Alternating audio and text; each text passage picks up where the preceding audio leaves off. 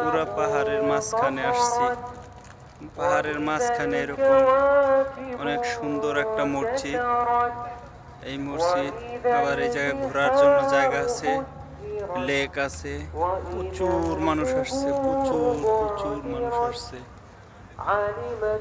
পাহাড়ের উপরে আর একটা পার্ক আছে, আমরা গাড়ি নিয়ে আসি নাই, এই কারণে যাওয়া সম্ভব হচ্ছে না।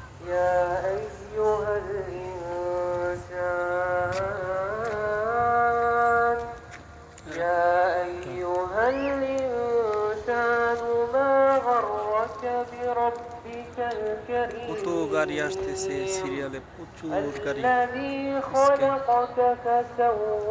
ওইদিকে লেক আছে, আরো একটা লেকের পারে মানুষ, ওই একটা রেস্টুরেন্ট, এই যে মসজিদ, নামাজ চলতেছে।